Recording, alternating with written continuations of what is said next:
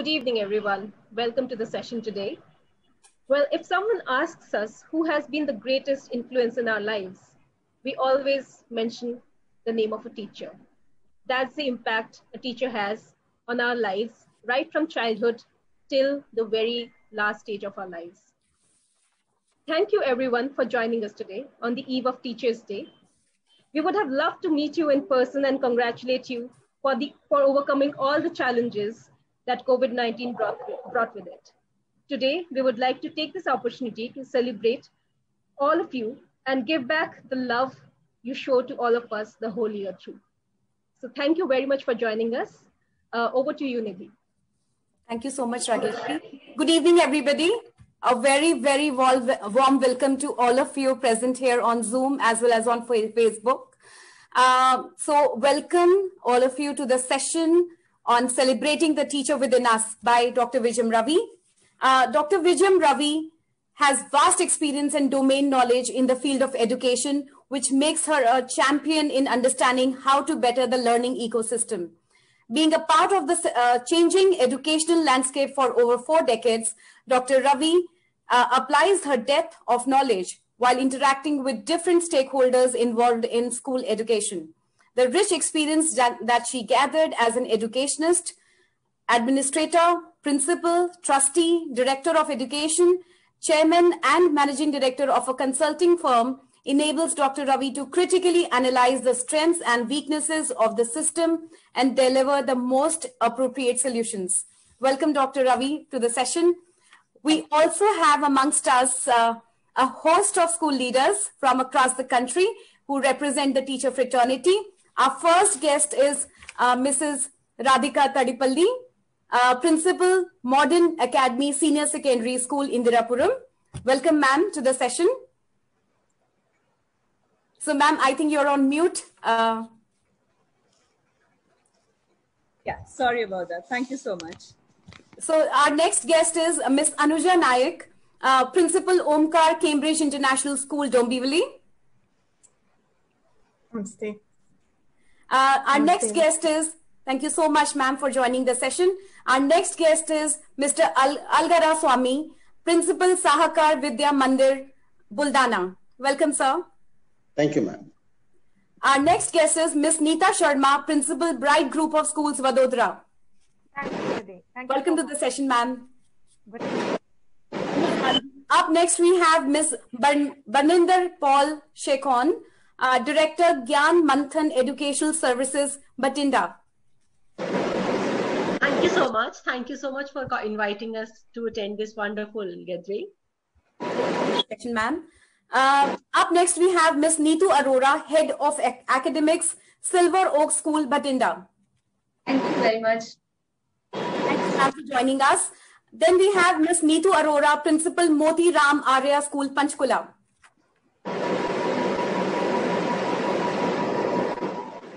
Okay, do we have ma'am around? I think she hasn't joined yet. Okay, so then we have Miss Geeta Mahajan, Director, Learning Wings Educational System, Jalandhar. Thank you, Rageshwari. Very glad to be here. Thank you so much. Thank you so much, Geeta ma'am. Then we have Miss Kalpana Tripathi amongst us, Director, Guru Har Krishan Public School, Karnal. Namaskar, everyone, and thank you, HarperCollins, for inviting me. Thank you so much, ma'am. It's a pleasure to be a part of this program. Thank you so much. Then we have Dr. Mrinalini Anant, Principal, MG World Vision School, Muzaffarnagar. Namaskar, everybody. Thank you so much, Nidhi, for inviting us over here. Thank you, HarperCollins. Thank you so much, ma'am. Pleasure to have you here. Then we have Mrs. Navneetan, Academic Consultant, Vellamil Group of Schools, Chennai.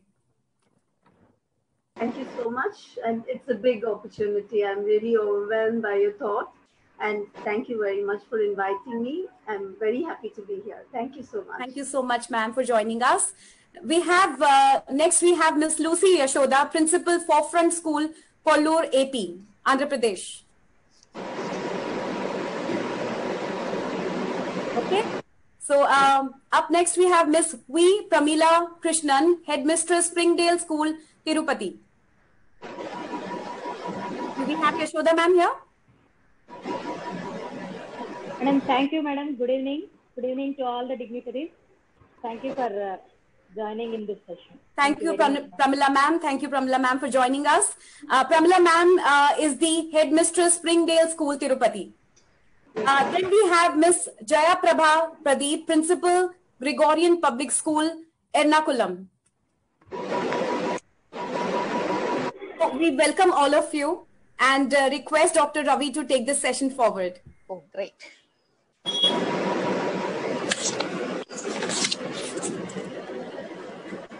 Namaste to all of you, to all the viewers, to all the friendly groups sitting here on the panel, to HarperCollins. Thank you so much.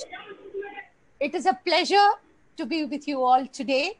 And at the outset, let me wish you all a very, very fantastic Teachers' Day ahead. Wish you the same, ma'am. Thank you so much. I understand how much you are missing your school now. Had it been a regular working day, I can imagine the way the music that would be going on in several classrooms and your children getting ready for tomorrow to be teachers. Right. They will be playing the role of teachers or principal and moving around and entertaining you with so many activities.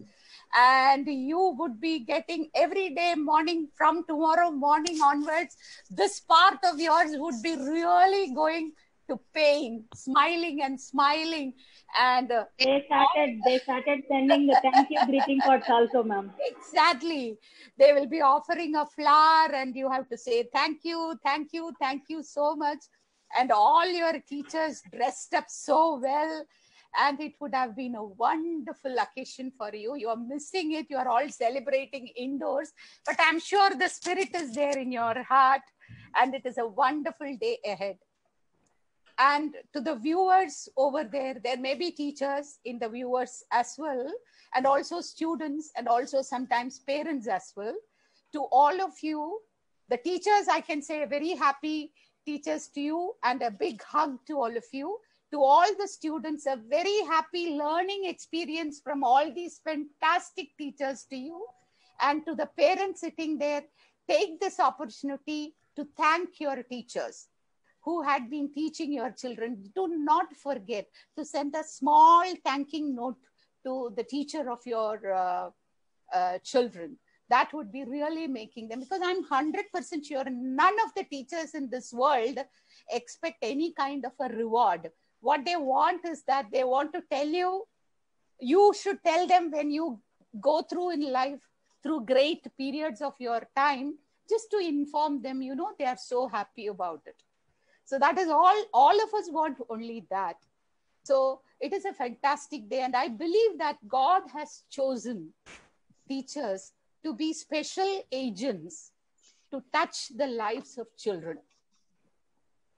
Not anybody and everybody can touch the lives of children. And only teachers can do that. You only can do that. And that is the fantastic blessing from God Almighty. And once again, let me wish you all a very happy Teachers' Day. And I must thank HarperCollins, particularly because they had been taking up, I had been watching them for the last 4-5 months.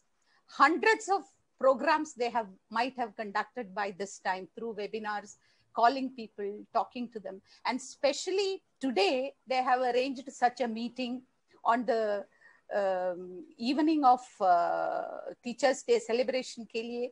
It is a wonderful feeling. Thanks, Collins and the team. Thank you so much. It's our pleasure, ma'am. Yeah, thank you, Nidhi. And yeah, the topic given to me today to speak to you is that I should motivate you. I don't know whether I have to motivate you or you have to motivate me. I have no idea about it. But the topic is work-life balance for principals and motivating teachers. That is what was given. Now, I just want to ask the panelists over here, sitting here, the principal, great principals, would you want to ask me any question about it? Would you want to ask me any question on this? Work-life balance. Okay. So if a question comes like this to me, suppose Collins is asking me, ma'am, please say, do you think work-life balance is attainable for principals? My answer is a humble no. It is just not possible. I would say the question can be reworded. The rewording will be, can you manage the disequilibrium between work life and home life? If you ask that kind of a question, I think that would be a better proposition. Or rather, I would say, how can you integrate? How can you incorporate both these terms together? Because if you talk about a balance, on two balancing pans, you should have things, at least comparable things should be there. And both are totally different. And I'm 100% sure all the people who are sitting on the panel and all out there would have gone through tremendous strain and stress during the last 4 or 5 months. And probably they are working more than what they worked before. That is what I understand. So, last Friday of March, probably when you left your institution, you would have said, goodbye, we'll meet on Monday. But that Monday never came to you. That Monday never happened. The children said goodbye to their friends. The teacher said, meet you on Monday. You said, meet you on Monday. But Monday never occurred, and that Monday is still to come. So since then, imagine the kind of a strain that you are going through, the pressure that you are going through. And the principals are always loners. They are at the apex. They are at the top. And the rest of the people are all either below them to the platform, that base of baseline. And there is no one where the principal can go and lean your head on. You never have anyone in your life to share your feelings, to share your pain. You can sometimes share it with your colleagues, but that too is not always considered to be great, because it could be professional ethics, it could be something else as well. So principals are loners, and the kind of a strain, as I mentioned earlier, you have multi-pronged attack from all corners. On one side, you have parents who are very worried about the safety and security of their children during this pandemic. What will happen to the examination? What will happen to the grades of children? What are you going to do? How are you going to conduct the classes? What will happen if the schools start? How will they come into the school? What kind of a facilities you have to give them that safety and security? What kind of hybrid classes are you going to organize? Hundreds of questions on the parents, and you cannot blame them. On the side of the students, you have quite a number of them very frustrated. They had not been able to go to the ground to play. They have not met their friends. They are so frustrated lot. Online, learning. No physical activity. They are a frustrated lot. So their attack also is on you. The teachers, they are with you. That is the only consolation you have, because you wanted them to learn a technology which they have not done before. And why you yourself? I'm saying, who knew Zoom? Who knew to log into Zoom and learn all these kind of things? Necessity is the mother of invention. And so we learned it. It was very important for us that we learn it. And so we learned it. Your teachers also learned it. And there were quite a number of teachers in the earlier system. I'm talking about before March. The normal system of education which you had, quite a number of teachers, when you insisted that please learn technology, there were teachers who stood against it. Abhi to Hindi mein padhati hu, or language mein padhati hu. How can I learn all these things? No, I am quite comfortable with chalk and talk. I am comfortable with writing down a question paper. They were like that. All of them have learned today. All of them were forced to learn it. So one ray of hope that you have is that when you come back by the end of this year, you have a team of teachers who are at least 50 to 60% equipped with technology, which is your starting point for a new era. That is a hope for you. All right. So teachers also have this kind of a problem, but they also have a family. Teachers have a family just as you have a family. You have members at home. Your students, some of them may not be having the facilities to learn the digital learning platform. Some of them might have lost their parents. Their parents have lost jobs, or some of them might have lost lives also. Several difficulties the parents also are going through, children are also going through. A digital divide is created in the system. You have to think seriously about how you are coming through it, going to come through this crisis. So much of stress you are going through. You also have a family. You have a husband, you have a wife, you have, and I'm so glad, Mr. Alagar Swami, to see you, because you are the only gentleman in the whole group, and I'm so very happy to see you here. Anyway, so, you have your own responsibilities at home, but probably we are not able to do justice to these responsibilities in the last few days or months rather. Now, then how do you think you can manage these two responsibilities? I would say it is not balancing act. Take it away. Is it possible for getting an equilibrium between these two? No, it is unattainable. Whatever, this is applicable to all the leaders I'm talking. People who are sitting at the helm of affairs, if you want to say that family, work, both are okay, I am okay with both, I will balance both. No, you can integrate. You can integrate both. And if one is giving up, one is dipping in, then the other will catch it up. And then, you will be able to merge together. That is all what is possible. Most of you are in the range of 40s and 50s, principals, learned people. And I'm so happy that Neetu was a flyer, and you are taking your children in a flight. And who was the other person? Mrs. Tripathi was doing a designing act. It is so good. You are all doing great things. A designer, you as a teacher, you are a designer. You are designing the future of your children. So fundamentally, you are doing a brilliant job, and you are providing them a gift of flight. So career-wise, you have reached greater heights. You have managed it so very well. Otherwise, you will not be sitting alive today in this platform. So that means you have managed the disequilibrium so very well. And I'm so very glad. So pat yourself on your own shoulders and say that you exist. Yes, you have done it. Great job.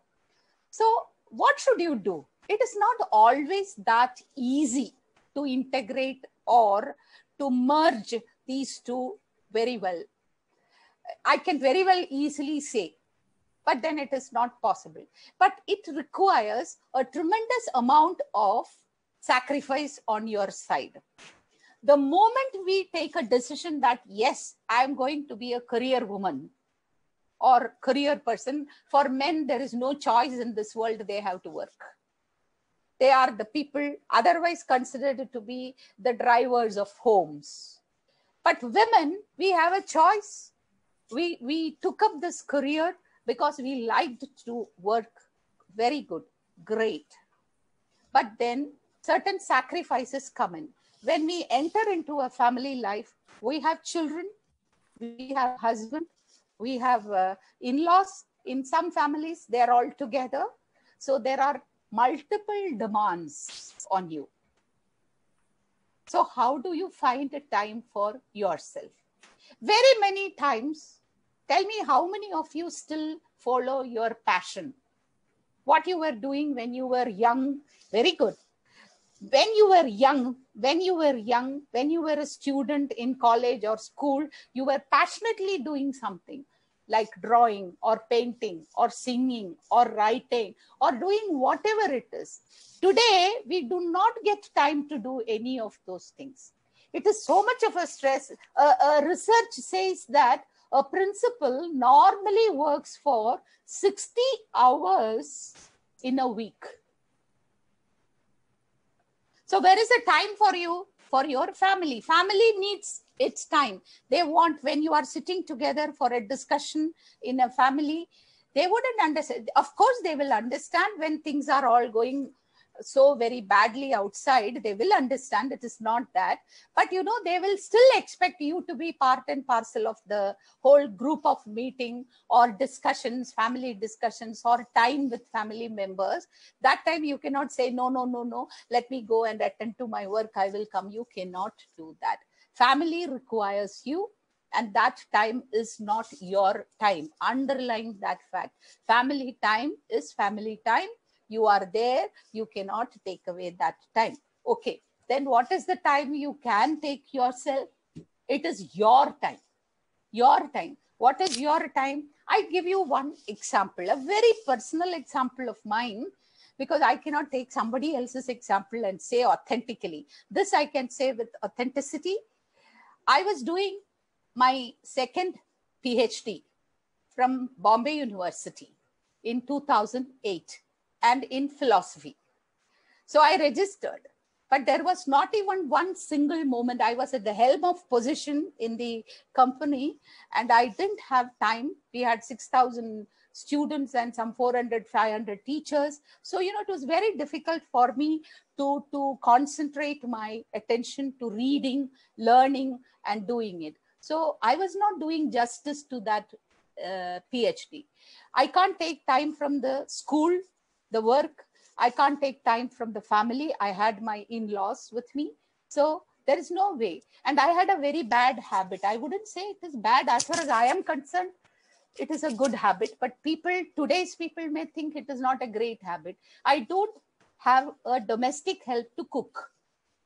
Not that I couldn't afford, but I didn't want it that way. I wanted to cook food for my family members because I believed that that is my prerogative. Feeding my husband, my in-laws, my children is my prerogative and not the prerogative of a third person. That was simple. So that could be changed anyway, no doubt about it. But I didn't have time. So what I did was I started getting up at 3 o'clock in the morning. That is my sleeping time. 9:30 or 10 to 4 or 5 we usually sleep. But then 3 o'clock I started getting up. 3 to 6 was my time. There was no mobile call. There was no phone calls. There is no disturbance, no calling bell, nothing. I was left to myself. I could read it well. I could write down my theses, defend my theses. And in 2012, I got my second PhD. So sacrifice is one word. If you want to engage with the disequilibrium, a personal sacrifice is required because this sacrifice on the other side gives you some kind of happiness, which you would not get otherwise. But you cannot compromise your responsibilities to your family, neither to your management who have appointed you with certain kind of a commitment. There should not be any kind of a dilution in your commitment to the management. So how do you do this? This is the question. I have some 4 or 5 tips. And what is the time? 5 more minutes are there. So I can tell you a few tips I can give you and then I can wind up this. One is that be you. That's it. Just be yourself. This is true for all the school leaders, right? School leaders and all the teachers, educators across. Teachers, even normal people also, be yourself. Do not compromise on your self-respect. So because we have all these school leaders representing the entire teacher fraternity. Exactly. So out there we have all the educators listening to all of you, and so they're all representing their own organizations. This is true for all. To the entire generation listening to me, I'm telling you, be you. Never, never, ever compromise on your self-respect. You are created by God with a mission on earth, and you are here, you are just doing that, and you have certain features, certain characteristics, and you are like that. But in case you feel that you are doing something wrong, and if someone is suggesting to you that better you change it, give a listening to that person, analyze it, and take a decision. That you must be able to do. That is number one. Maybe I would like to share here. I was doing a session with some teachers in the morning, and I'm sure they're on Facebook watching all of us. So we did a self-reflection exercise wherein I asked them to reflect upon their life, what have they been doing, and if they have cooked something special for themselves in the past couple of days. And none of them said that we have cooked something for ourselves. So it all begins with us. If we are happy, we make the world happy, right? Exactly. So be yourself, be happy. Be happy. You have to, your individuality at no point in time, do not mortgage it to anybody. That is you. You have your stamp. Create that. But that does not mean that you have to be impolite.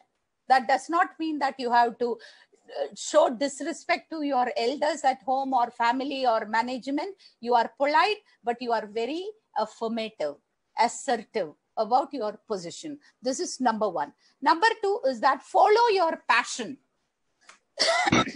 Whatever passion you have, try to catch up with that. Do find half an hour time for that and do that straight. That gives a relaxation for your mind.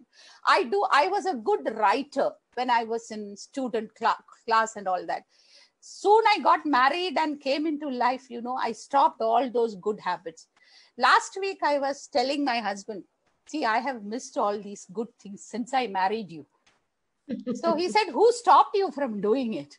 Who stopped you from doing it? So they will all say that only. None of them stand in our way. So let us follow our passion.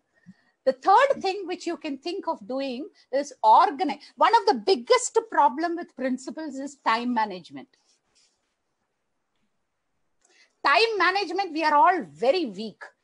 When we wake up in the morning, when I was a principal, every day when I wake up, I used to always say the Gayatri mantra and say to Lord, Bhagavan, today I am getting into the school. I don't know what is in store for me, because one small little fellow in the corner of a school is enough to put your whole school into a really, really tough thing going to happen. So you do not know. You just only can pray. You have a schedule of work for your day. All right. So a program you can have, organize your work and keep on ticking it whenever you are doing it. Manage your time well. And we are not gods. So sometimes there may be certain jobs that may remain there. Do not bother about it. Carry it on the next day. Try to make sure that you complete it within that week's time based on your urgencies and priorities accordingly. All right. So you have to organize yourself. Extremely, very, very important, I would say. Then second thing, a very important thing, which I would say, which is taking away your sleep today. Not only yours, the teachers sleep, the people sleep, the working class ka sleep today leta hai your mobile and emails. You have to very clearly decide who is your boss. Is it your email or mobile or you? That is something extremely important. Even when you go to sleep, the mobile is on near the pillow side. Why? Keep it away in your study. Keep it in your study room. Close it. Don't keep the phones nearby. You have your time. At home, it is your time with your family. Unless and otherwise, it is an emergency. Your management or your boss can call you and say, what happened? Say, if you don't want to give an impolite reply, you say, I will get back. Finish. Don't worry about it. Then you go back, you attend to it. Do not Do not think that the emails are your bosses. Now, I am telling you this, but I do this. But I can afford to do it because I'm on my own. Got my point? But you are not like that. You are all working professionals. I am at home. So I have the freedom to do it. But when I was working, I had that kind of a separation with life. When at home, I was totally a different person. In school, I am totally different. So create that kind of a bifurcation for yourself.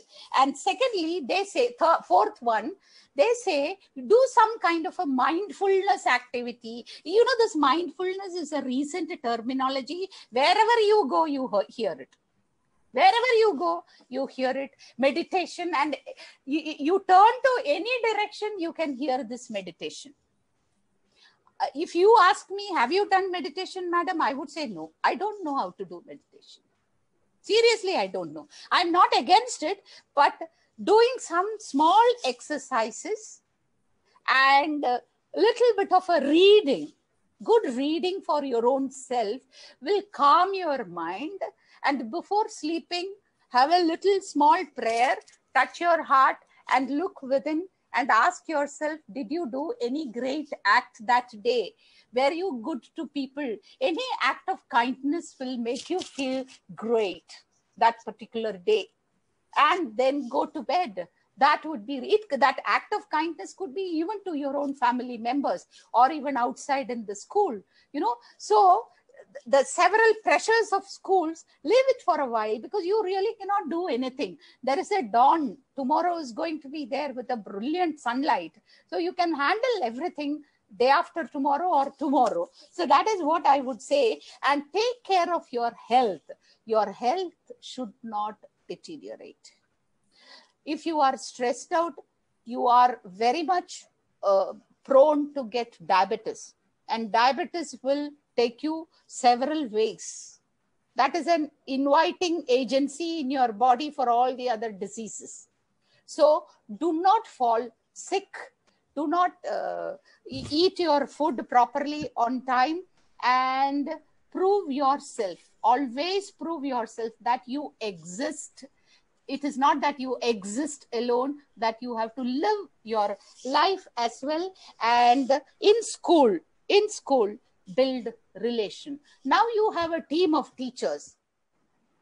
So the road ahead for you after the pandemic, when you reopen your school, is going to be, I am concluding it, it is going to be a little tight for you. You will have to seriously think about one single word, connectedness. Your children have gone through tremendous pressure. I'm telling you, my heart goes out to them without playing, and the parents are also struggling. Your relationship with your parents, that equation has completely changed because the parents today know it is so very difficult to manage one child at home. For 4 months, they have managed. So they understand the value of you, your schools. So the equation has totally changed. Take advantage of them, embrace them, take them into connectedness with the children. Attend the first assembly. I have a request to you. The first assembly which you will conduct after the school reopens, please address your children, giving a big ray of hope. Tell them that these kinds of pandemic had been there in history as well before, and it was the brain of human beings. It has sorted out. We have managed to come over. This also we will manage to come over. Life is so beautiful outside there. Come on, like that, give a ray of hope to your own teachers. Hug them. Hug your teachers. They are a team. They have not let you down.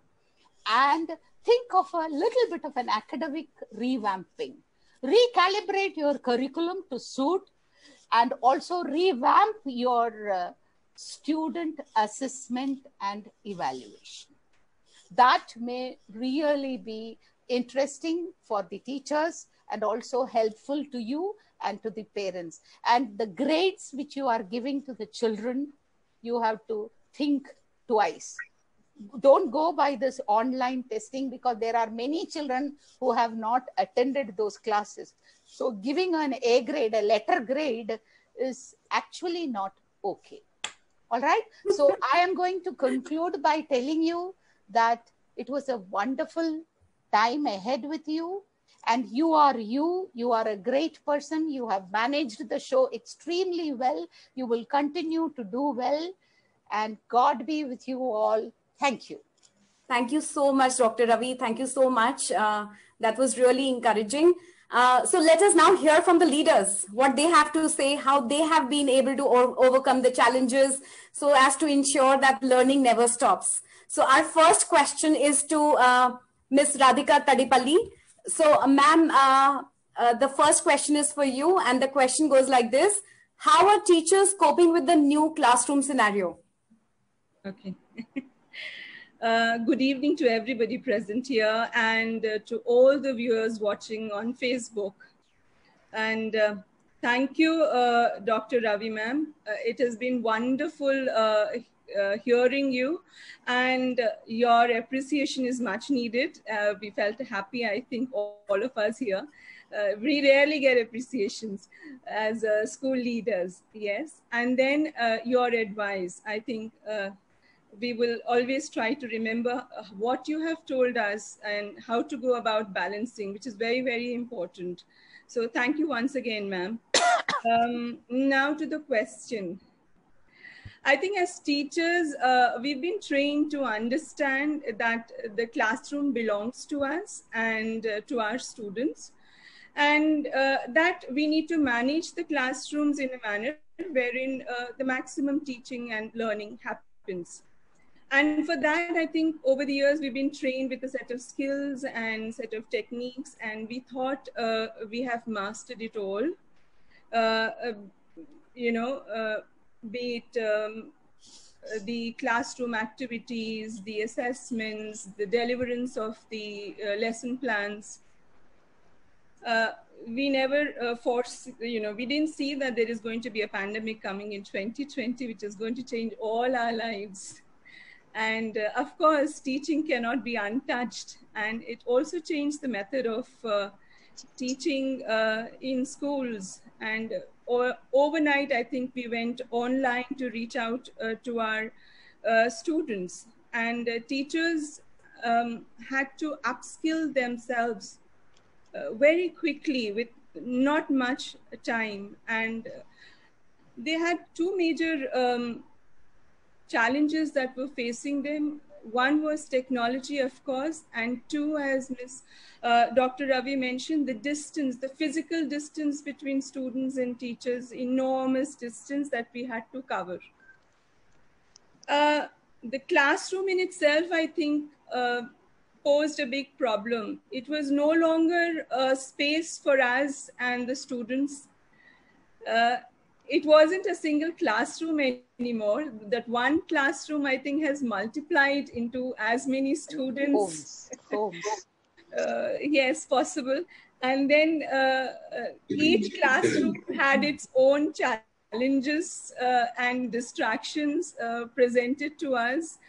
And many people, not just the students, we had parents, we had younger siblings at times walking into a class, or even curious grandparents wanting to see what is online class all about, And this, it's good to see people in the class, but it's not always very suitable for learning. And teachers have been coping with this. Also, I think, along with coping with this multiplied classrooms and the scenarios that were coming up, they also had to cope with the fear of being judged by the parents constantly while they were dealing and teaching on an absolutely new medium, which they were not formally trained for. And my heart goes out for them. And we tried, I'm sure every school tried to train the teachers, and some of them, as ma'am has said, that most of us are on the brink of retirement too, and we are too set in our own pattern And at times we even resisted the smart board in the school. And then to say, no, you have to go online. The teachers are doing it. They're struggling. The technology is giving them major challenges. At times, they find themselves muted in their own classes. At times, they're removed from their own classrooms. Still, I think, and then the assessment pattern, the monitoring, the class activities are missing majorly. The emotional factor is missing because of the online classes. We most of the time ask our children, please mute yourself, don't talk. And the children are not able to express themselves. Many a times parents say, ma'am, they don't have anybody to speak to. Teachers are helpless.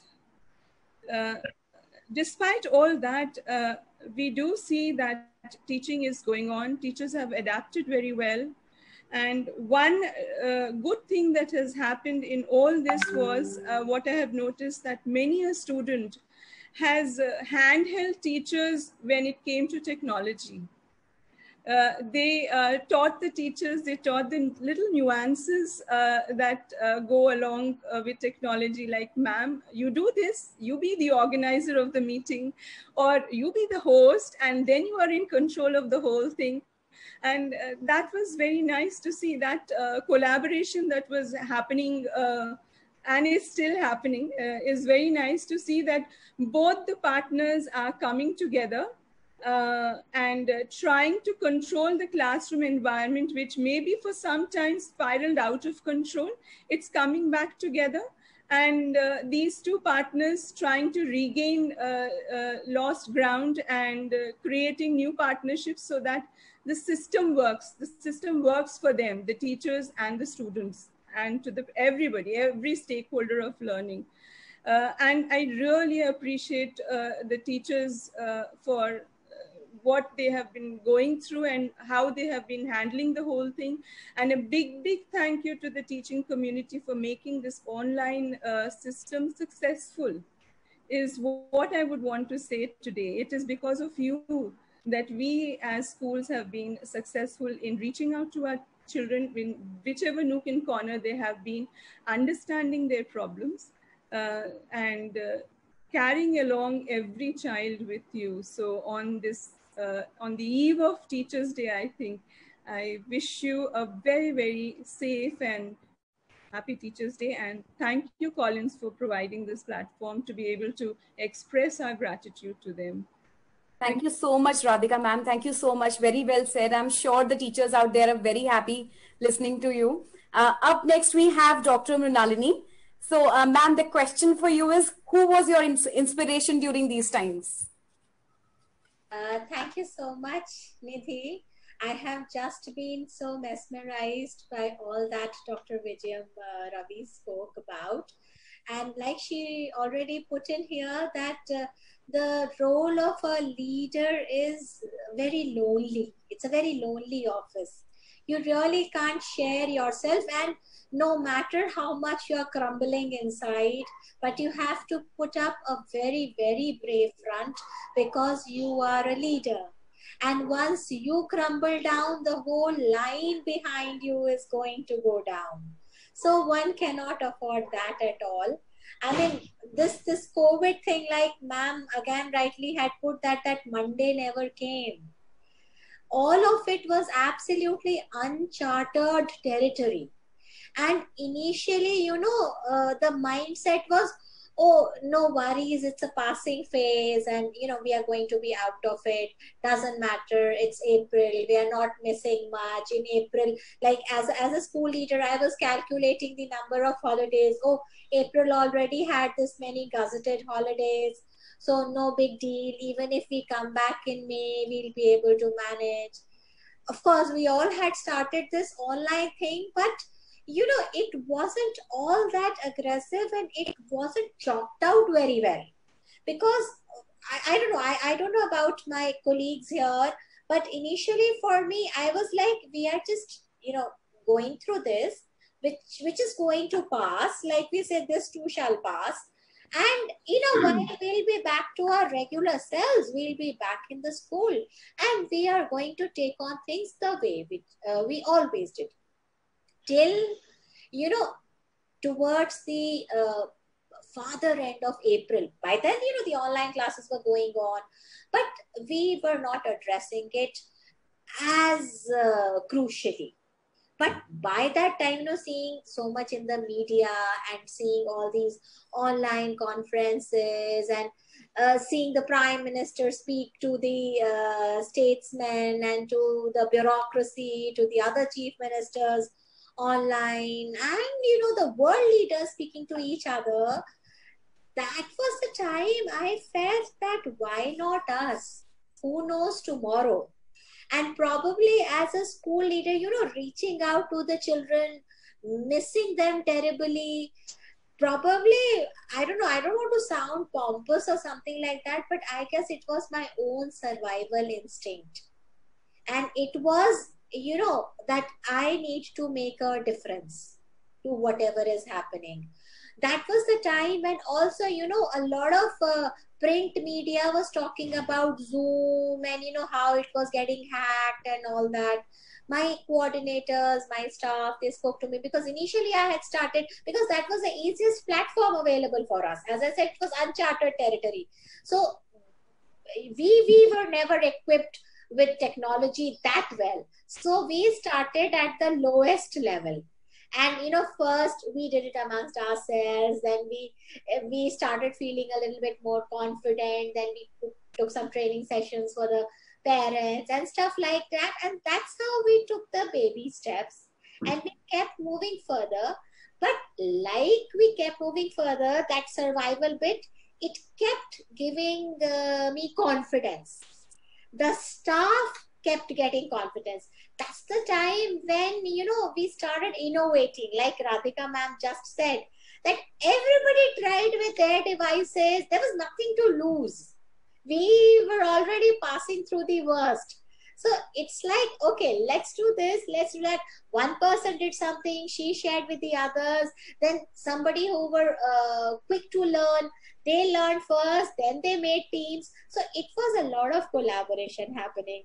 We also learned, like ma'am again, Radhika ma'am said, that the children also, initially, then we shifted on to a platform called Microsoft. We were far more equipped. When we started it, we would have children, who would suddenly, the room would look pink. Then after a while, it would look blue. We did not know that children could change the backdrops. Then we went running to the IT fellow. We asked him that, how are you managing that? He said, no, children are allowed. So there was a lot of it happening, but it's quite settled. Very important is now to stay very positive about it. COVID has come. It has to go away also. It is not a forever thing. Whatever we are doing, we just have to endeavor our best in the given situation. Children are around with us. Good things are also happening. We are in people's houses now. So this is the first time when parents can actually see how hard the teachers work. It's not just being judgmental, but we are also available to them. So they can see that, okay, so much of work is happening. We also try to, speak to the parents and take their guidance and suggestions as well. Like parents came up to us and said that children, we are not sending them down to play. They're not cycling. After your classes, all they are doing is watching TV or playing the video games. So we did understand that concern. You have to be able to come down to that level and relate. So we gave more breaks in the classes. We spoke to parents who were ophthalmologists, asked them what can we do to help with the eyes of the children. So I think this has been in certain ways a very nice time also to reach out to each other. Had this COVID not been there, I don't think I would have ever in my life had an opportunity to hear what Dr. Vijayam has spoken. So HarperCollins came in with all these webinars, exposing us to amazing colleagues like that. Inspiration is always within. We just have to give it due respect. Great. Thank you so much. Thank you so much, ma'am. So you are your own inspiration, huh?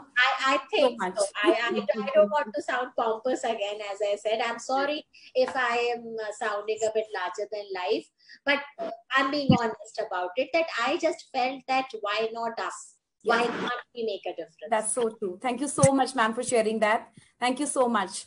Okay, so next we have Miss Anuja Nayak. And ma'am, the question for you is, what is that one sentence that you were telling your staff before and during the pandemic? Good evening, everyone. And thank you for, thank you Hyper Collins and Dr. Ravi ma'am for encouraging and motivational positive words for we educators. Coming to your question, I was telling them continuously to be patient and positive. As an educator, I believe in experiential learning. I was stressing and telling to involve the child in our teaching using eye-to-eye contact. And with lots of patience, you need to deal with them and with the new technology. Teachers, parents, and the learners were so stressed in the beginning, as it was so much challenging for each one to face the sudden change. It has been a challenging period of time for all of us. And actually throughout the globe, all the teachers were suffering with the new challenge, with the new technology. They were using it for the first time for the children, teaching them virtually. There were lots of things, but the only thing we could deal with it was with lot of positivity and with lot of patience. I always believe on the famous quote by Benjamin Franklin, that tell me and I forget, teach me and I may remember, and involve me and I remember, I will learn. So here, teachers have slowly started involving the children into the virtual way of learning. And this was possible only because of the patience they kept, the positivity they had in their mind. And now they, after the whole work of 4 months, I think so all the teachers have got adjusted to the new way of learning. So that's where we are all reached, and we could manage them. We could motivate our learners. We could keep the track of our learners and come to the new normalcy, what we are able to do. So for me, it was patience and positivity. Thank you so much, Anuja ma'am. That's very, very important. Patience and being positive. Yeah. So next question is for Mr. Algara Swami. Sir, according to you, what is the most important takeaway from online classes?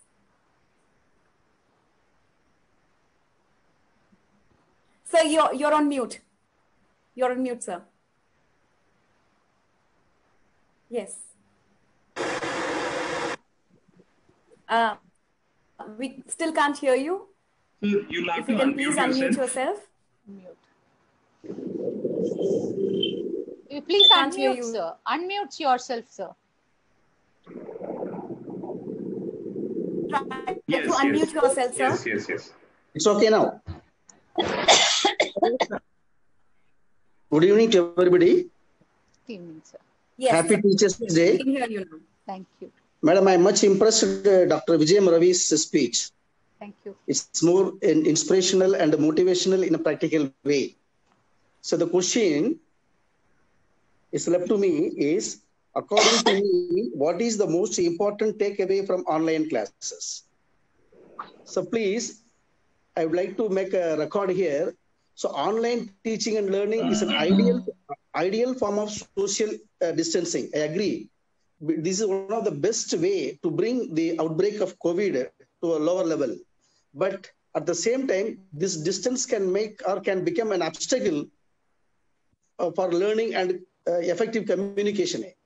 This can be a real disconnect between the teacher and the learner in online classes. So what I feel that there are certain critical factors which deserve the positive solution. If they are taken care, then the student learning can improve dramatically.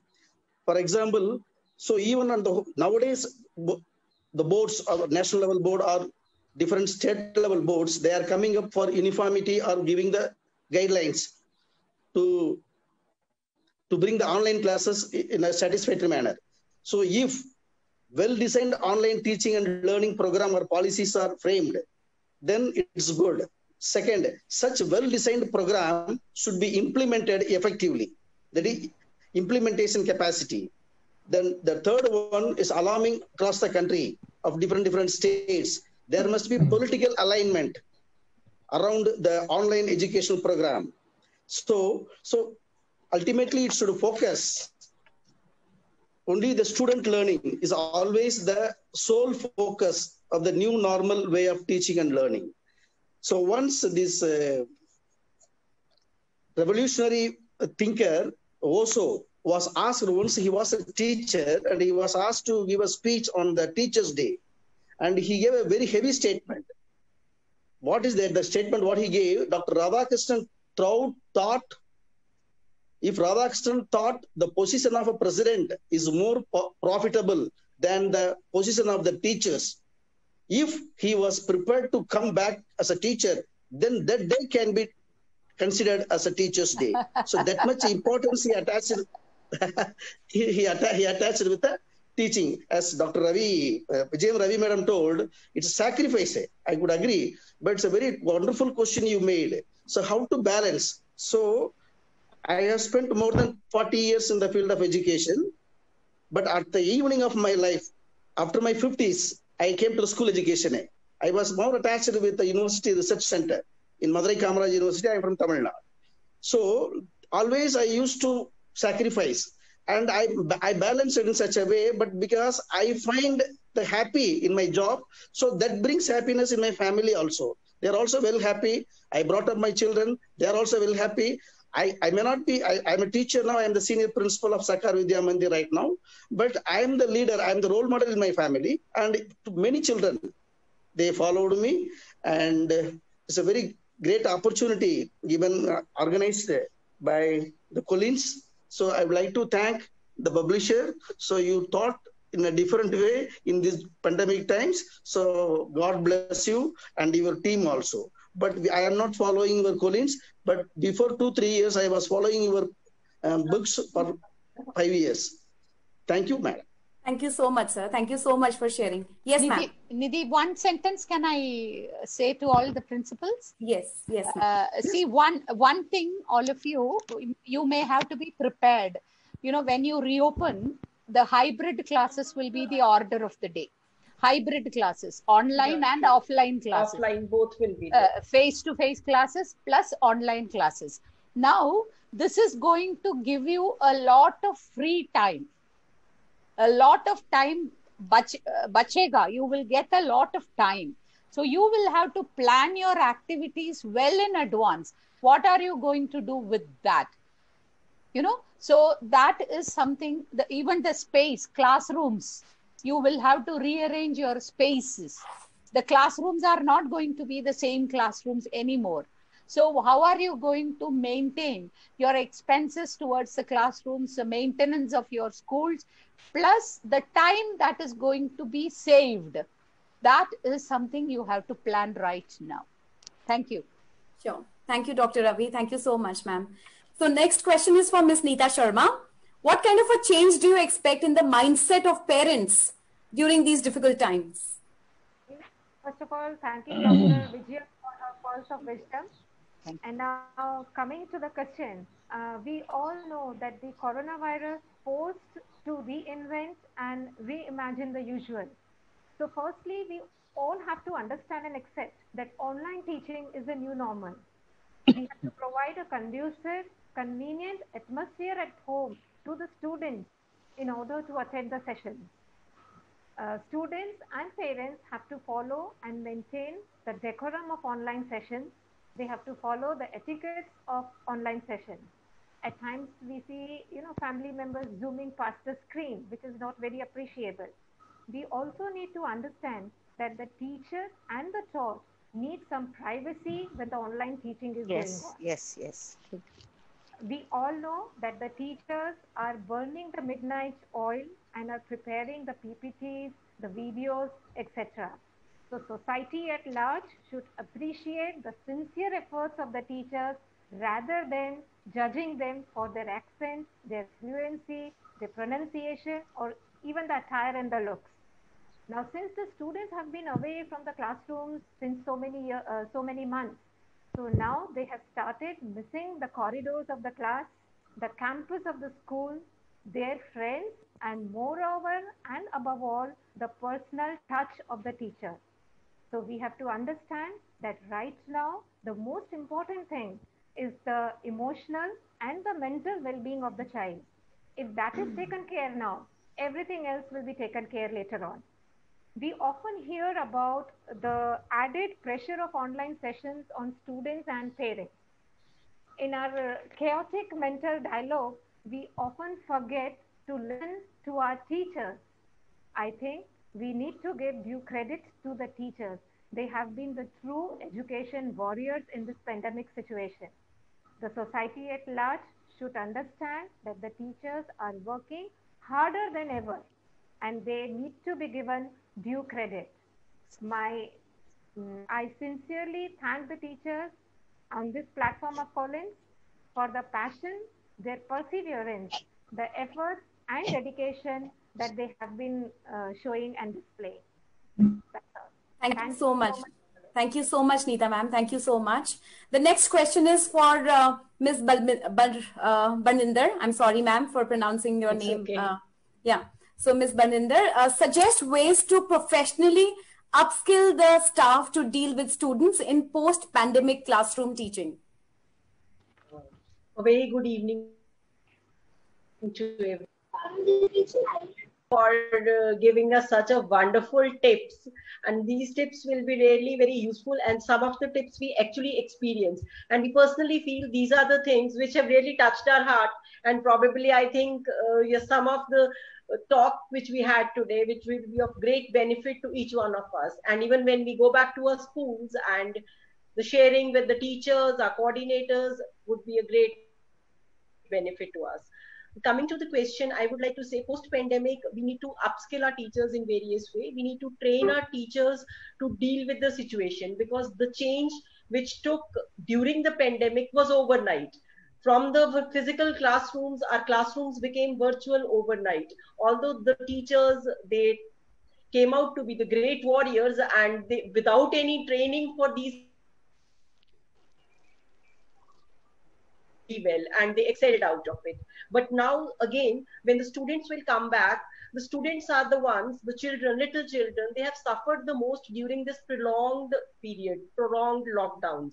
Their mental state has been affected tremendously. So teachers, I think we have to train them to be more compassionate, and they have to deal the students with great empathy.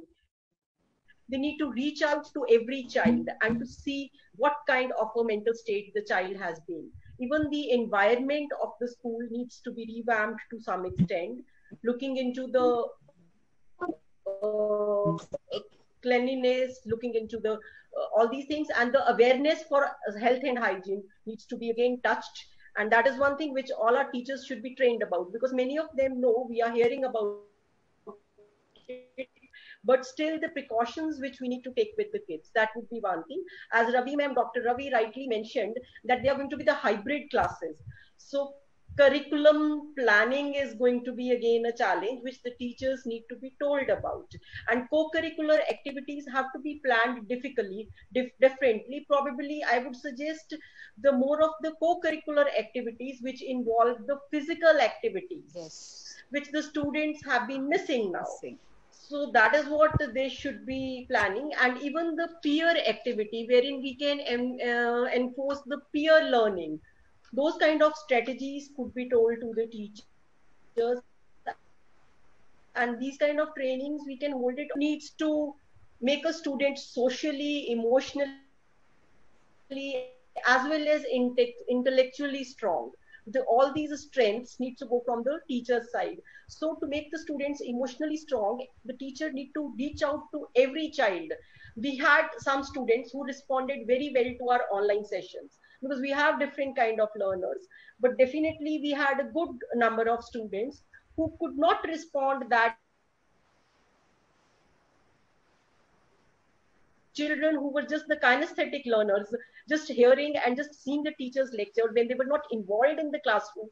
So their level also need to be taken up, and then we have to go accordingly for that. So looking at all these things, different kinds of trainings even our teachers would require, and the school managements and school principals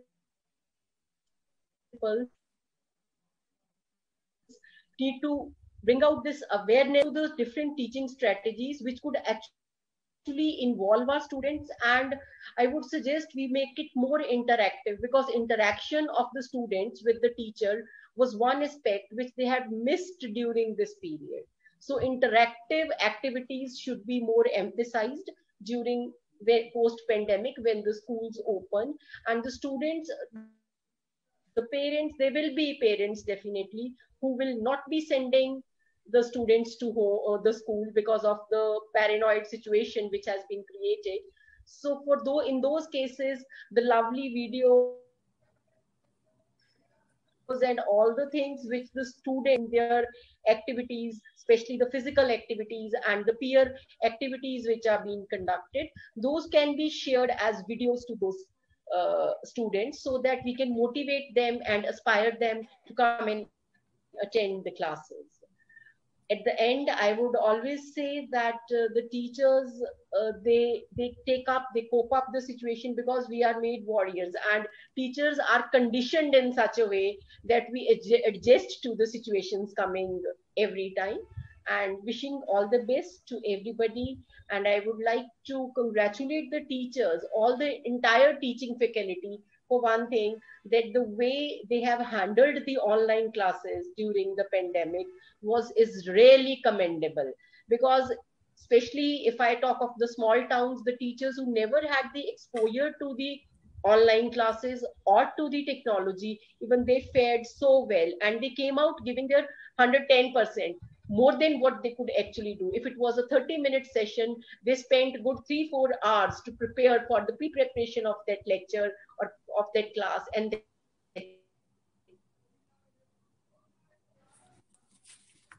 to reach out to the students, even taking the PPTs, sharing the videos from the net and all those things. And I would also like to thank Collins, because they have, from time to time, they have organized many webinars which motivated the teachers, and they empowered the teachers as well for holding such classes. Thank you so much, ma'am.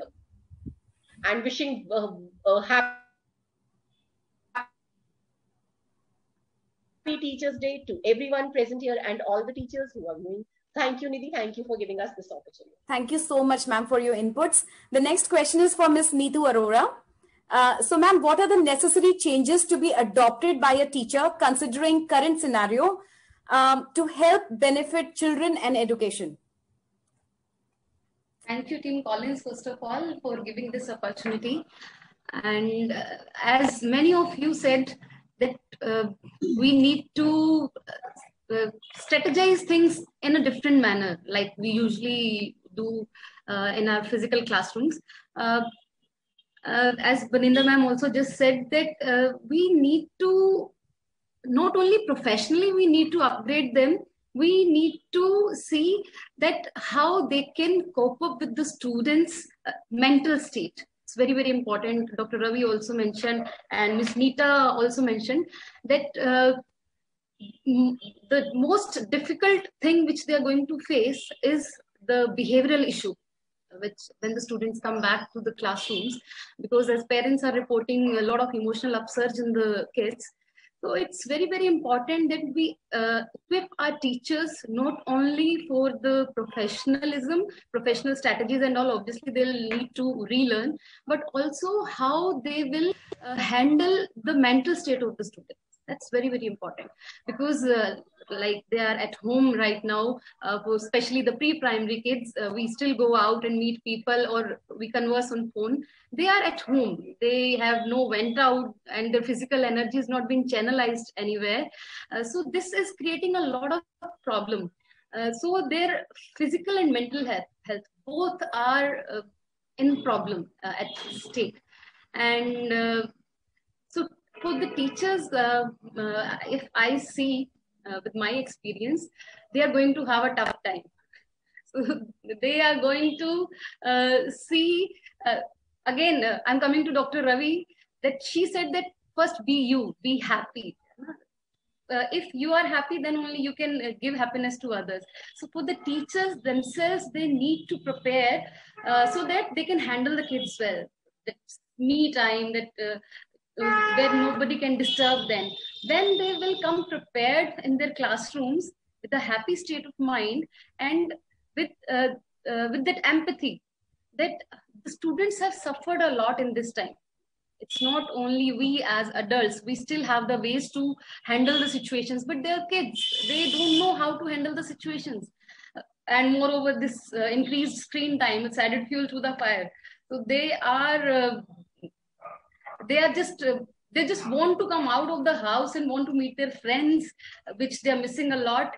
And for the mental state, for the mental well-being of the children, what I suggest, the schools should adopt some kind of meditation or some yoga or some breathing exercises to be added in the curriculum, because it will help to help the students not only physically improve themselves and mentally also, because the mental challenges are going to be there, behavioral issues are going to be there, that we'll have to be ready for that.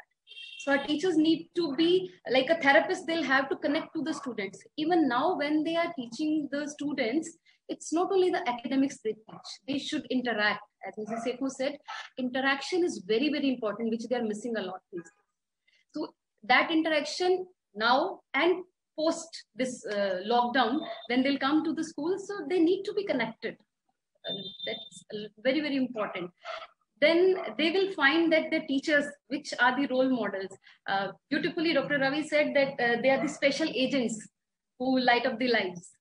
Am I right, Dr. Vijayam? They are really special, because whatever they write on the blackboard of the life, that stays, that can never be erased. Children take these teachers as their role models. So we really need to equip ourselves. You're on mute. You're on mute, Dr. Ravi, you're on mute. Yes. No, I was saying at the age of 3.5, when they enter the school, the teacher is the first person who write on their head, on their brain. So that is how it is going to be.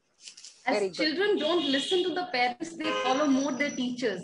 So teachers have to come out strong. And as ma'am said, that we need to show them the ray of hope. We have to tell them they've seen the worst, actually. Nobody had ever thought in the history that we'll have to stop the children to going to the school. And they have survived this period. So they are the survival of the fittest. They are the survivors. So they are already strong enough. They can face anything. So we'll have to encourage, we have to invoke that valor in them. Okay, you are now can face any situation, and nothing is permanent. This phase is also going to go. And our teachers, definitely, they are now also doing a lot of efforts. And if we would have, again, quoting Dr. Ravi, that if we would have tried to teach them the technology otherwise, it would have taken a lot of time. But right now, as there was no option available, in no time, they picked up the things so diligently and beautifully that they managed the show. They are managing the show very well. So hats off to our teachers, and my salute to the entire teaching fraternity around the globe for their commendable effort, because they are the director of their shows. They are managing the lights, sound, everything. All the time they're asking, am I audible? Am I visible? So they are managing their household shows, their technical issues. There was so much of phobia facing the camera, and parents hovering all the time on the children, watching the teachers. There was so many things teachers were facing, but they came over a long way and adopted this new normal.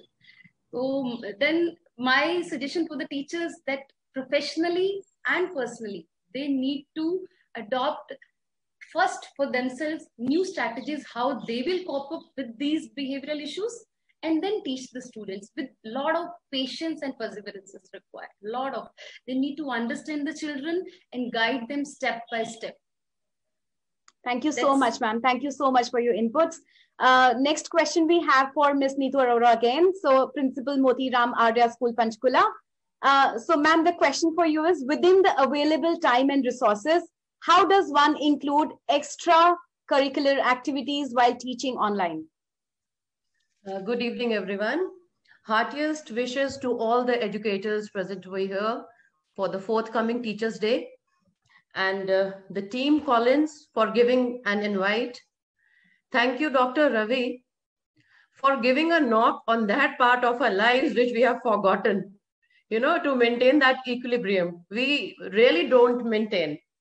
But from now onwards, we have learned. You have been an inspiration and a very nice session from your side, guiding us how to go about it. We are surely going to follow it. So I think change is the law of nature. This is what we all are witnessing today. Everything has changed. Within few days, everything changed. We were distributing our result. Our result distribution was going on March 19th, and we received a mail from Directorate to close the schools from the very next day. So we couldn't even think of what to do, how to go about further, but just to shut the school and go away. Then the change started then, changing from the physical classroom to the virtual classroom. We were not tech savvy because the ones we are in late 50s, so we were not that tech savvy. So we had to take help from our children at home. So then we shifted from one platform to another, from Zoom, then WebEx, and then gradually we shifted to Google Meet, and the classrooms became the virtual classrooms. And slowly and gradually what happened? The mischiefs also changed. In class, we had the complaints from the students and the teachers that, ma'am, he has hit me. But now what complaints we had? That, ma'am, he has blocked me. Ma'am, he has muted me. So that was really, we witnessed very good things also. And we really learned a lot from these changes. Even we have learned. So our teachers, they were not well trained to how to go about this. They never shrugged off. Whatever we did, in a day we had meetings over this WhatsApp chat only. And then we started with this virtual lessons. And on March 28th itself, we were the first school in Panchkula to start with the virtual classes. And we were not that tech savvy also. So we feel proud of it that at least we did it. And what happened? The children, they were not going outside. There was no physical activity. So they were also getting bored, doing all the time academics. So we collaborated extracurricular activities. And what we did, according to our scheduled planner, we had all the activities on the scheduled dates only. They were all done virtually. We celebrated all the festivals, the special days. We had online yoga sessions for them, meditation session for them, dance session, music sessions. So another challenge, what the teachers faced was how to, get hold of the children who got caught in the remote areas. That was the biggest challenge for us. So then guiding the parents over the phone, arranging a call with the children. So it has become a 24/7 job for teachers. So earlier they used to get free by 3 or 4 at the most. But now the parents, they have their personal numbers and they keep on calling till 10 or 11. Ma'am, please check the homework or please check the sheets. This is what it is happening. And, we are taking it in a very positive manner. And I feel proud to be a part of this fraternity, because I think we are the true warriors, because we are keeping the children engaged. We are keeping all the children of the country engaged in this useful activity. And Dr. Ravi, it was a very nice session, and all the educators, thank you very much for giving us such beautiful tips, and exchanging the thought exchange will bring in more of productivity in all the institutes. I think more of these sessions should be held, and thank you, Team Collins, for organizing this, because I think we gained a lot. At least I gained a lot listening to all the dignitaries present over here. So thank you very much. And thank you so much. Thank you very much. And happy Teachers' Day once again to all of you. Thank you so much, ma'am, for your input. Okay, so up we have now Ms. Geeta Mahajan. So, ma'am, the question for you is, how effective is online education and what would be its impact on students? Good evening once again, and wishing everybody a very, very happy Teachers' Day. And a big thanks to Collins team and Dr. Ravi and all the educators who are present here. Very good to be part of the interaction and listening to everybody's viewpoint. We feel that online education is not the full answer. Online education, but it has opened the vista for the future now. Till now, everybody was very comfortable with the traditional classrooms. But the online teaching has shown us that the future of the education is blended learning. As Dr. Ravi also shared, the hybrid teaching. So the blended learning where it becomes learner-centered, and so you have the classroom experience also face-to-face, as well as you have the online, the learning, online learning also, where the student can in part control the time, the pace, and the place of their learning. And ultimately, this is what is going to matter in their lives, because we are trying to create lifelong learners. Education is lifelong. So we take them along the path, we point them towards the direction of how they can continue to educate themselves even when the teachers are not around. Also, teacher can never be replaced. The teacher, the guide, the mentor is required by the children all the time to point them in the right direction. And it's not only the academics, it's not only the content, it's also the emotional development, as some of my colleagues have mentioned, the emotional development, the empathy, the compassion, the collaborative work, all those skills have to be taken into account when we are planning for their education. When we started with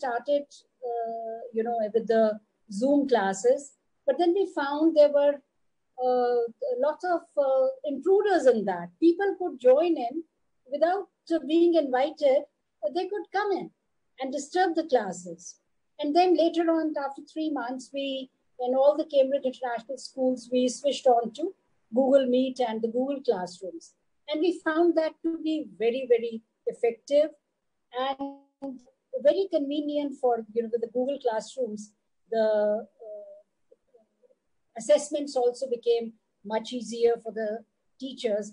And yes, as all my fellow educators have been mentioning, initially the teachers were not very tech savvy, but then everybody was thrown into this. And fortunately, we had a EdTech team which could carry out the trainings, and overnight they had to start learning, the teachers at the same time start teaching the students also. And they have been able to connect. They have been able to conduct orientations. They have, for the parents, for the students, the norms, the discipline which is to be observed in the online classes. And with the assessments, the open textbook questions needed to be created. So the higher order thinking skills, the teachers had to work on that, and the students are also posed, and they have to develop the higher order thinking skills, the critical thinking and analysis, to be able to deal with the open textbook questions. Besides that, as Ma'am Neetu Arora shared, to keep them relieved of the monotony of the academics all the time, the post-scholastics classes, music, dance, sports, they have been part of the timetable, and it has been there. The teachers or everybody picked up fast, and everybody pitched in, and the children have been exposed to all kind of education during this time. Teachers, a big round of applause for the teachers, because the teachers, as everybody has been mentioning, the personal time is gone. It is 24/7 for them. And there is no me time, there is no personal time, but with Dr. Ravi's tips, I'll share with all the team how important it is. And, but they have become, the professional development which has taken place for them, because they have become researchers. They have been looking for content. They have been, because they want to create innovation in their online classes also. So a lot of apps they have been able to find and make use of, travel virtual tours, you know, reading aloud, and happiness songs, greeting songs. So they have been doing a lot of these things, so that when the children, they begin the work in the morning, besides yoga and meditation, they also sing along happiness songs, greeting songs, and the teachers, a lot of little action research continues all the time now, even with the online classes. And so I would say online classes have been a blessing in disguise, so that now the future classes can be planned much better. All that content which is available, all the resources which are available, the way the teachers can share with the students, the way the teachers can conduct one-to-one interaction with the students, with the parents through the virtual meetings, and help them to personalize their learning. All possible now due to the pandemic and the online classes which have been thrust upon everybody. Thank you so much, Geeta ma'am. Thank you so much. We move on to Miss Kalpana Tripathi now. So ma'am, what qualities must a teacher have in order to be successful? Good evening, everyone. I greet everybody once again, all the viewers on Facebook as well. A very happy Teachers' Day to all of us. When we talk about a teacher and her qualities, a teacher is like a universe for the children. And like the universe is made of Panchatattva, the teacher has to have those 5 important qualities which she can never lose upon. If she loses even one, the world goes topsy-turvy. So when we look at that word teacher itself, when we look at the acrostic of the word teacher, it defines the qualities of a teacher. Like a teacher has to be talented, she has to be extremely elegant, she must be awesome to her children, she must have a charming personality, should be extremely helpful, she must be efficient and receptive as well. So change, when we talk of change, a teacher has to be ready for the change every time. So the first most important quality that a teacher must have is that she should have the ability to develop a healthy relationship. A relationship with the students and somewhere with their families as well. Because when we become teachers, we don't teach only the child. We teach one entire family. We teach one entire generation. So she has to have that quality of building relationships, and without creating a place in the heads and hearts of the children, she cannot succeed as a teacher. That's what I feel. And believe me, friends, no book can help us develop these traits.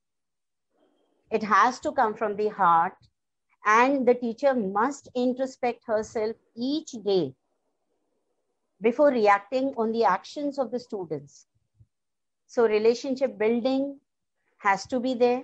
Secondly, the teacher has to be extremely, extremely patient.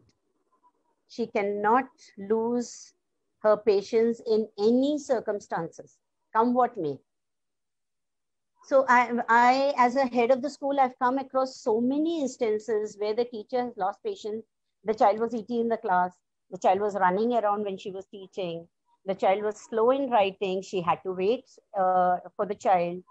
Then maybe the child reported to school without doing the home task. And that is where the teacher even reprimanded the child without trying to find out the reason why he happened to behave like that. So the students, they don't approve of such behavior. They look forward to a teacher who's very patient, who's very kind, empathetic, a teacher with a charismatic personality who has all ears, all the time for the children. They come to school with endless stories and the teacher has to listen to their stories. Otherwise they'll say, "Meri teacher achhi nahi hai." So the teacher must be there, present with a head and heart, with all ears and eyes for the child. So I would again suggest that before reacting, teachers, please find out the reason behind why the child is. If he's eating in the class, find out why he's eating. Probably he didn't have time to have breakfast from home. So instead of waiting for the recess, he thought of eating in the class itself. So that reaction should be empathetic. Thirdly, the teacher should be dedicated in her profession. She cannot just come casually to the classroom, ke ho jayega. No, dedication and diligence are of utmost importance when it comes to being a teacher. And like I said earlier also, that if you're a teacher by choice, your dedication and diligence is your priority. It has to be a priority. But if you're a teacher by chance, you have to build yourself up. So you have to do a lot of learning, a lot of browsing, the daily homework. We have to come home and do the homework. Like when I introduced myself, I said I was a teacher by chance. So I didn't know that one fine day my life would take a complete U-turn and I would have to reframe myself. So from being a textile designer to becoming a full-time teacher. So every time I entered the classroom, I felt like a pupa that tried to push itself out of the cocoon to turn into a beautiful butterfly. So it was really, really challenging. The only quality that I felt helped me grow as a teacher was that whenever the children were around me, they were very happy. So I could keep them happy. And that is how that was my, the booster dose, I could say, that helped me grow as a teacher. So that was one wonderful thing that happened to me, that because of the love that I got from the children, I happened to be a dedicated and a diligent teacher. And I am till date. Next, when we come as a quality, when we talk of the quality of a teacher, it is that the teacher must know her learners. Teachers, this is the most important quality that you have to have. You have to know your learners. It is simply that a teacher needs to have an understanding of how the students learn at a given developmental level. He or she must be aware that the learners have individual needs and abilities. So in short, the teacher has to understand the pace and the capacity of the students and plan accordingly. And finally, the teacher must be smart enough to engage the children in their learning. He or she has to be a part of the pedagogy. Like it is said long back, the term teacher is out of the dictionary. Now we all are only the facilitators. So we have to be part of the pedagogy and we have to involve students in the planning and the execution of the lessons, which naturally transforms the work into a teamwork and enhances the confidence of the students, and it helps them take pride in themselves. So even the slowest child of the class comes up with some idea or the other when we put the students together in a team. Then we must look upon this opportunity. So when we all are talking about the pandemic, of the online learning, but these qualities need to be pertained by every teacher, even if she's teaching online. Because while teaching the children, we too are learning from them. So we must look upon this pandemic as an opportunity for team building and growing along with the students. Lastly, every teacher must have a vision, a mission, and a philosophy of life. If she has these three, she will be very successful and will be able to guide the next generation and help them obtain the necessary skills that will help them grow successfully in life. So I believe that teachers are and will continue to be the inspiration, the driving force, and the true guide to their students ever. Everything might change in the world. Thank you so much, Kalpana ma'am. Thank you so much. So let us all celebrate the teacher within us, and wishing each one present here a very happy Teachers' Day. Thank you. So a very powerful statement. Engage them in their own learning, right? So it is absolutely. So let's engage them in their own learning. Like Dr. Ravi said, that the tiniest of the child in the classroom teaches the teacher at times. Right. So engaging them is absolutely important. Thank you so much, ma'am. Thank you so much Thank you, Nidhi, for guiding us. So then we have Mrs. Navneetan. Welcome, ma'am. What advice would you offer teachers to help students gain trust and confidence in them while teaching online? Hello, ma'am, and I really thank Collins and Mr. Venkat for this wonderful opportunity that has helped me to be with all the renowned educationists like Dr. Ravi.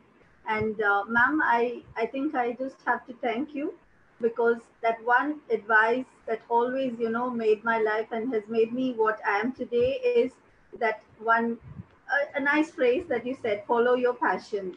And I think in the years and today and forever, I just love to dedicate my work, for building the basic skills of young learners of the primary classes. So I have been always a primary school teacher, and I think I enjoyed that the most. And now that I work as a resource person for the Velamal group of institutions, I really like this question. And what is very important, and I'm a very traditional teacher myself, and I really strongly believe that you can change lives, with those gentle pats. We can make the child achieve anything called academic excellence or confidence to face the real life situations if you just give your encouraging expressions. And the teacher's pat, I think, on the back is such an important thing, which is totally missing today. So what we always think as teachers is that teacher is always the right person. For a child, the child believes that the teacher is always right. And we also took into account, the problems faced by working parents. And what we realized is the importance of the school, to run curricular programs. I shouldn't say curricular programs, I should say the programs that will help us to connect the students regularly with the teachers. So what we did is we immediately coined programs that not just focused on the curricular ones, or the curricular streams, I should say, but we also started working with the co-curricular streams where dance, music, and we also introduced something like philately, debating, and storytelling sessions during the weekends. Our teachers have, sort of connected with the students to help them, listen to stories, have very important library sessions. I shouldn't say important, but I should say they relaxed during the weekend. So teachers took a lot of responsibility to take care that they not only made them read, write, or work on their lessons, but they also gave them the opportunity to interact with the teachers. And also the child was able to express the likes and dislikes, that went on to help them participate in activities which really impressed them. They can have a choice. So our directors were very, I think they laid a lot of stress on very good implementation programs that will help the students stay connected with the teachers. So what we did was we encouraged students also to receive appreciation certificates. So we designed appreciation certificates to help them, feel very proud that they're receiving something from the teachers. So every week the teacher used to find a star, from the classes, and they started judging them for, judging in the sense, whatever interest they showed, whether it was anything called art skills or special grades or even reading a story. So they took out the best readers, they took out, they found, or they gave them appreciation certificates that helped them stay connected with the students. And the teachers also went far beyond the borders, and they said, okay, let's start, singing to the tunes. And they started dancing to the best tunes of Usha Udhup, or, And they also invented this augmented reality technique, which was very, very useful to our school. And teachers started working with a lot of these augmented reality classes. And what was very amazing was they could even get a student play a character role. So they brought, animals near the children, and they started working with stories where the child was the basic character or the main character. So it was an amazing idea from one of our schools, and we all followed the footsteps of that, novel thought. So what our school community and the faculty members are doing is truly very amazing. And I think they're working with a lot of integrity, and I wish them to continue their services to these young students to attain both the scholastic and post-scholastic skills, even during this COVID era. So I think we will never forget this time. As somebody said, it's all going to end. And I'm sure, things will settle down and we will see, or we will stand at the gates. We were all people. I know that, everybody stands, even the principals, I know they stand at the gates to welcome the school students. And as ma'am rightly pointed out, have a very, very beautiful assembly on the first day when you start school. And I really ask God, to shower his very choicest blessings on the teaching faculty, to stay very happy and healthy always. And happy Teachers' Day to everybody who stayed with us today. And I'm very thankful that I was able to share some of, the techniques that we adopted in our school. And I thank our directors for giving me this opportunity to be here to speak about what we did in our school to stay connected with our kids. Thank you so much. Thank you. Thank you so very much, ma'am. Thank you so very much for sharing. So next we have Pramila ma'am. Pramila ma'am, the question goes like this: how could we help children inculcate good habits and values during these difficult times? Yeah, I think Pramila ma'am has lost her connection. So should we proceed with Jaiprabha ma'am? Yes. So Jaiprabha ma'am, welcome. So the question for you is, how are you planning to integrate extra or co-curricular activities and sports with academics when the schools reopen? Ma'am, you're on mute. Kindly unmute yourself. Yes. Good evening, everyone. First of all, Vijayam ma'am, it was a pleasure listening to you. I couldn't help, seeing glimpses of myself in what you were seeing, doing and speaking. And I joined a little late, as all principals. They're moving from one webinar to the next. And again, I'm going slow for my quiz club inauguration, which has already started. That is the life of a principal now. And we have all engaged so much more than we were doing it earlier. Co-curricular activities, I think this is the best opportunity to get it done without affecting academics. To be very precise, my quiz club is working on a regular scale twice a week at this hour. It starts at 6 o'clock. My dance classes are at 7 o'clock when children like it. It's not thrust on them. Those who love can join. Learning should be a pleasurable experience, and it can happen only if we give them the choices. So we are giving a lot of choices, and they can choose and join. There is no compulsion. There is no attendance being taken. Of course, we check, but still we don't tell them. And we add credit points. Credit points are when they engage in productive work, positive work, we give them credit points. The credit points will be converted into, suppose if it is a DEAR activity, drop everything and read. We are even doing that.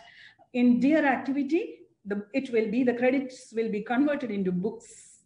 And for other things, it will be appreciation cards or a point which they can convert into anything. We even go to, the score will go into the least scoring subject for the next exam.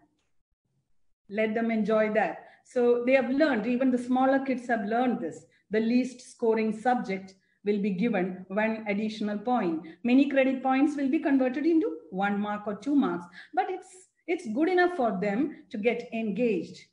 To be precise about our school, we had 3 experiences which were productive. I'm moving away from the co-curricular slightly. I'm talking about the children who were generally ignored because they were quiet and they are not very vocal in classes. And there are smarter children who will always answer and take the attention from the teacher. The mute button helps. The teacher mutes all the children and takes the class and asks to those children who are quiet and very often ignored because there are smarter kids in the group. And we found that there are many children who blossomed and started answering questions, started responding so well, which improved the quality of teaching and learning. Second, we found extra time for remedial classes. This is a beautiful platform for it. Otherwise, I would have made my teachers stay back for 1 hour extra and they will grumble, and the children, the teacher will wait because I am the principal. Whereas the children, they don't have a transport system to take them back home. So, oh ma'am, there is nobody to take them back home, and so please send him by the school bus. Now, teachers are happily sitting and giving remedial teaching. We call it subject clinics. Remedial is something which parents don't approve of. So they are called subject clinics. So subject clinics are given to children with the whole consent of the child, the parent, and the teacher. So it's working beautifully. And last week I found something very, very different. I'm from Kerala, Kochi. So we had Onam celebration. So we had an 8-day-long Onam program, not by the students, not by the teachers, but run by my Senate members, the cabinet members, the students. And the programs are anchored, choreographed, presented, everything by the parents. Grade 1 and 2 together, 3 and 4 together, 5 and 6 together. It was long. In a school, how long can you run a program? Here, it's 2 hours, 2.5 hours. I sat through, and those who wished sat through, and the parents got connected to us so much more than it used to be earlier. You know, how does it help? They are there to help the children, and they are there to assess the examinations that we conduct. They are there for everything. When the teacher sends an assignment, the done part comes from the parent. Ma'am, it's done. Sangeet has done. Divya has completed. Beautiful. So we get the cooperation of parents. They know exactly what is happening because the platform and the WhatsApp group together makes the communication system absolutely perfect. So one sentence I always tell my teachers, been 18 or 19 years as a principal, but I consider this Teachers' Day 2020 very special because right in the beginning when the pandemic started, I told them, let's make this adversity into an opportunity. I kept on repeating it, and I see that it's actually happening. In one clean swipe, all my teachers, 100% became techno cool. I won't say techno savvy, techno cool. And many of them tell me, we feel like a news reader when we sit in front. Camera on, lights, everything is set, news reader. And they've started dressing up well. They have started speaking better. They have started communicating well. And it was beautiful. And I'm so, so happy. In 19 years, it hasn't happened. I tried so hard to make my teachers happy. But this happened in one quick fix. And so, knowing very well what are the negative effects of pandemic, I feel this is a good thing. Now, the next sentence I always tell them is that this is not going to stop here. Children will come back, but we will go ahead with the quiz training, the dances, the evening sessions, the parents' interactions, and the remedial coaching. Everything will continue, and we have learned a trick and we are going to use it. That is my message. So it was a pleasure listening to you all. Sorry for joining late. And again, I'm going to say the same thing to my quiz team. I'm going to join there late. But still, it's working. They said, with your blessings, we'll go on. That's it. No one should stop. Our presence as a principal is not so important. What is important is that things should go on. And that is what I see as the most beautiful thing. So let 2020, September 5th, the Teachers' Day, be a great one in terms of all the teaching faculty that is there in this world, that we found a new means. We've studied many tricks, and it's bringing us closer. Don't you feel that you're closer to your children? When they come, yesterday my children came just to get me light a lamp, because my grade 12 is celebrating Teachers' Day tomorrow for my teachers. They are doing everything. So they said, we want a video with your inaugural lamp and a speech. And they were not going away after that. I said, see, things are over. Your cars are waiting. Get into the car and go. No, can we hang around? Can we go around in the corridor for a while? Then in 10 minutes, we'll go away. That is the feeling that is there among children. So I'm looking forward to all of them coming back. I read a lot about hybrid classes. I'm mentally preparing for it. Some of my friends abroad send me huge, big articles about hybrid learning online. It is given as an optional. I think it's in Canada. They are given it as an option. You can have full online, half online, whichever way they want to, and the schools are adapting to it. That is the spirit. As teachers, we have this hand-up approach. No, this is the way. We principals also have it. No, this is the way. There is no way, single way. There are many ways, and we have to go ahead in many directions, do many things at the same time. And that is what we should positively look forward to. Thanks again. Happy Teachers' Day to all of you.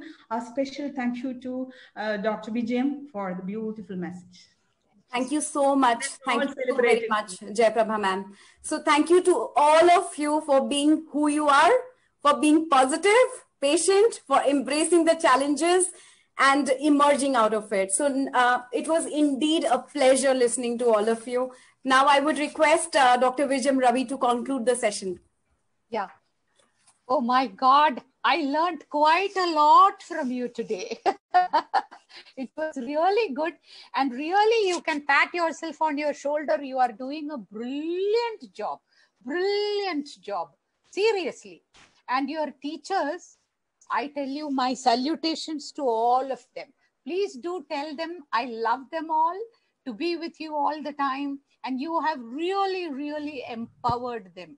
You know, when adversity is fallen, you find an opportunity. Jaiprabha was mentioning, yes, you have turned into an opportunity.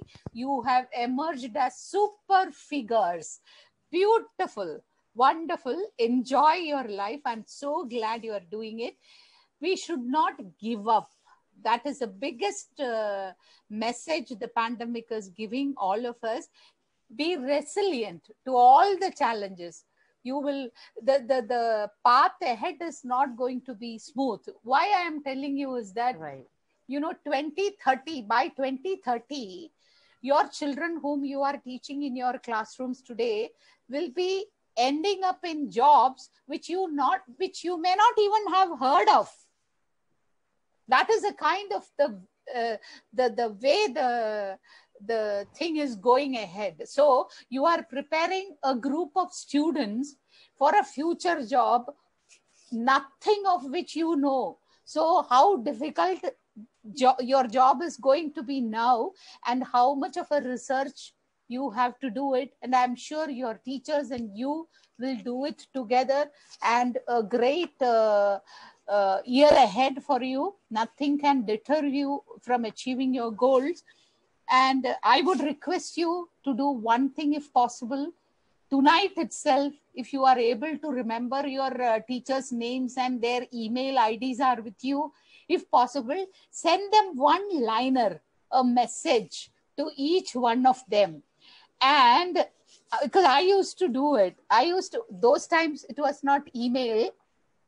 I used to personally write with my hand, so many teachers. So something very special, which is so very characteristic of them. And say one word, Happy Teachers' Day.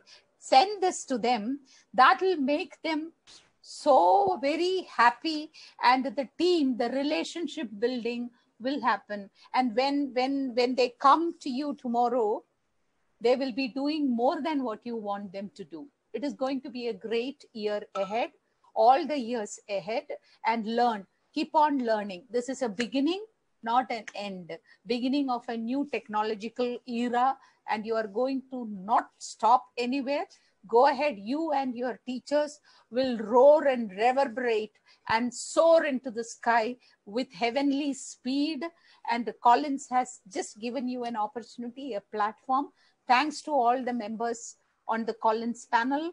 Thank you so much, Rageshri, Nithi, and the team, all of you. Wonderful. God bless each one of you. Thank you so much. Thank you, ma'am. Same to you. Thank you, ma'am. Thank you, ma'am. Thank you so very much for taking out time this evening. Thank you so much. A very happy Teachers' Day to all of you. Thank Happy you. Teachers' Day Thank to all the you. teachers. Thank you. Thank you. Thank you. Bye-bye.